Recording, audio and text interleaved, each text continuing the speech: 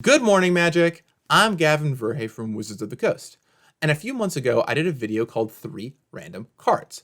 The way this video worked is I clicked the random card button on Gatherer 3 times and got 3 cards from throughout Magic's history. I didn't know what they were in advance and had to kind of speak off the cuff about each of them. And it was a pretty popular video, and a request I get sometimes is to do another one. So here we are. It's time for 3 random cards, take 2.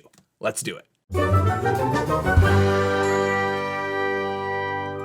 All right, card number 1. We've got Wall of Souls, and this is a particularly interesting version of Wall of Souls because this is from Tempest Remastered. Now, some of you might have heard about Time Spiral Remastered coming out next year. Well, Tempest Remastered was kind of the first of this ilk. It was a Magic Online only set that took all of the sets in Tempest block and distilled it down into one set. I really like a defender that doesn't punish the creatures attacking you, but still punishes your opponents. You know, there's this kind of gameplay where you have a wall in play, like a 0/4 wall, and your opponent has a bunch of 2/2 creatures, and they're just gonna always attack into it because you'll block and the damage will come through. But a card like Wall of Souls makes it a very interesting trade from a game design perspective. Well, I'm not losing anything on board, but am I okay taking the damage? Now, unfortunately, I just took a look to try and find the developer notes on this original card, but it's just a little bit too old. Stronghold was a long time ago. But from a design perspective, one thing I could say these days is I could see this as a white card. It punishes your opponents for attacking you and deals damage back to them. Sounds like a cool design. I could also maybe see it in red too. We've definitely gotten some when I take damage, I deal that much damage to you style things going on there. But on the whole, I think this is a pretty interesting design and a card probably not many people know about. All right, time for random card number 2. We've got Thopter Foundry. Okay, now here is quite a card. Now, when this card first showed up in Alara Reborn, it was pretty innocuous. But then people discovered the Sword of the Meek Thopter Foundry combo, and that led to a whole wild extended metagame. You would pay 1 mana to sacrifice the sword to the Foundry to gain 1 life and make a 1/1. And then you made a 1/1 so the sword came back into play. And for every 1 mana you had, you could just repeat this loop over and over and over again. And especially because you could discard Sword of the Meek and not have to play it in the first place to something like a Thirst for Knowledge, it made the combo pretty easy to set up. If you ever want a long brain melting mirror match, try playing the Thopter Foundry Sword of the Meek mirror match against each other. That's a lot of tokens. Now, I just looked up the developer notes for Thopter Foundry, and those are still around. And the card stayed pretty much the same with one huge difference. Originally, there was no 1 mana cost to sacrifice your artifact. Now that's huge.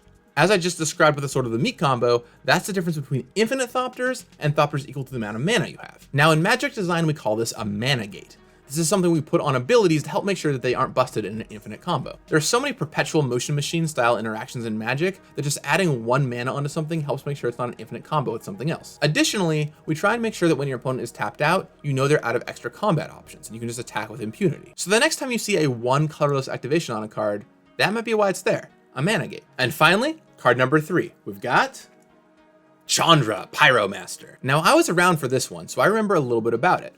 A big part of this card is that second ability, the bottling ability to exile your top card and play it this turn. Or, as I lovingly call it sometimes inspired by this card, Chandra. Now this ability might seem commonplace in Magic today, but in M14 when this card released, it was huge. People had been asking for red to get a source of card advantage for a really long time, and we finally came up with an answer. Interestingly, I think this is a good analog to the white card draw challenge that's been brought up now many times. Red didn't have good card draw, and then we finally gave it a form where it could draw cards and make sense. And when it comes to white, we have some ideas of how to do it, and they're on the horizon. Now, Chandra was the face of Magic 2014, and we wanted to give her a really strong card.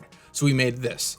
And unfortunately, I think she kind of missed it a little bit. Now, she saw some play, to be sure, but it was nothing like the Kaladesh Chandra, which really gave Chandra her iconic version. I think the +1 here was probably just a little bit too weak in retrospect. All right, let's see if there are any good developer notes on the card that we have. Okay, now this is pretty hilarious. Actually, I'm the one in here who left a bunch of comments.